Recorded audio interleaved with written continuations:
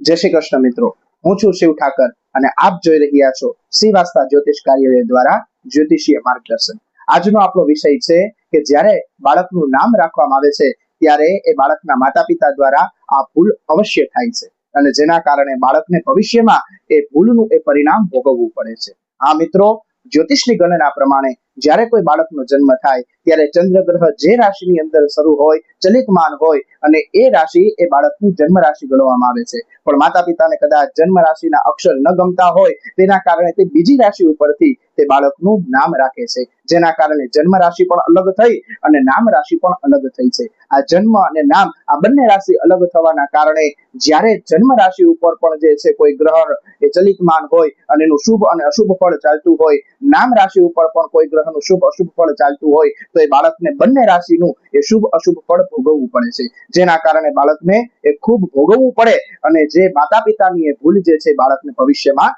નડે છે। તો આવી ભૂલ માતા પિતા દ્વારા ન થાય અને જન્મ રાશિ હોય એ ઉપરથી જ બાળકનું નામ રાખે એ તકેદારી એ માતા પિતાએ રાખવી છે।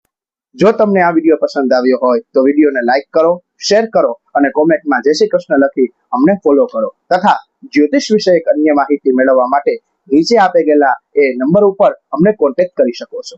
જય શ્રી કૃષ્ણ, ધન્યવાદ।